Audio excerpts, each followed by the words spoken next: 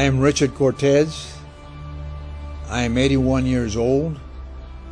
By God's wonderful and amazing grace, and the amazing thing is He's not only given me 81 years of life, but it has sustained me in good health, physical, mental, and hopefully growing in spirit and in truth and in knowledge and in love in Christ.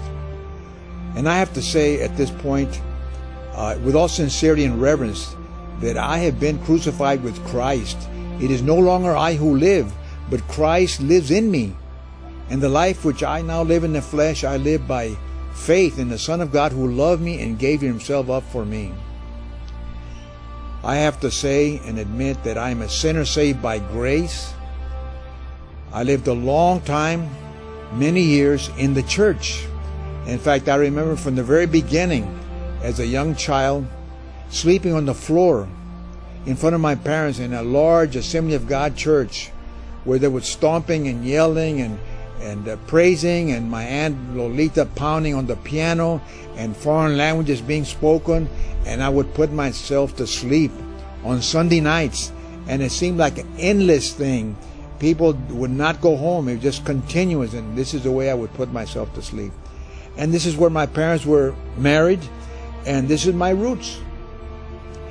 And but after a while, we moved around. I was born in 1927 during the Depression years, and possibly because of the finances, we moved around quite a bit throughout the city.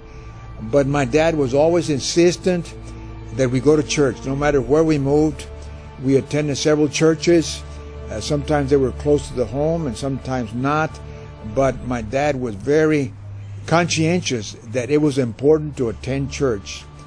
So I grew up being an attendant of church, and as we grew up, it was part of my life, going to church, and I considered it very important.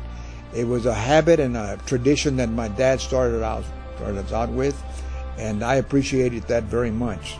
Later on, after I got out of the Navy, I went to college, got an education, and it was during these years that we belonged to Methodist Church, and I grew up in this Methodist church and attended all the activities, sang in the choir, and even led the youth choir, and I felt good about myself. I was serving the Lord. I said to myself, I was conscientious of what my father had taught me, and I was involved in all the activities, canvassing from house to house, going on missionary trips, and going to summer camps, and it was fun, and the fellowship was good, and I knew I was doing something worthwhile, and church was something that was valuable to me.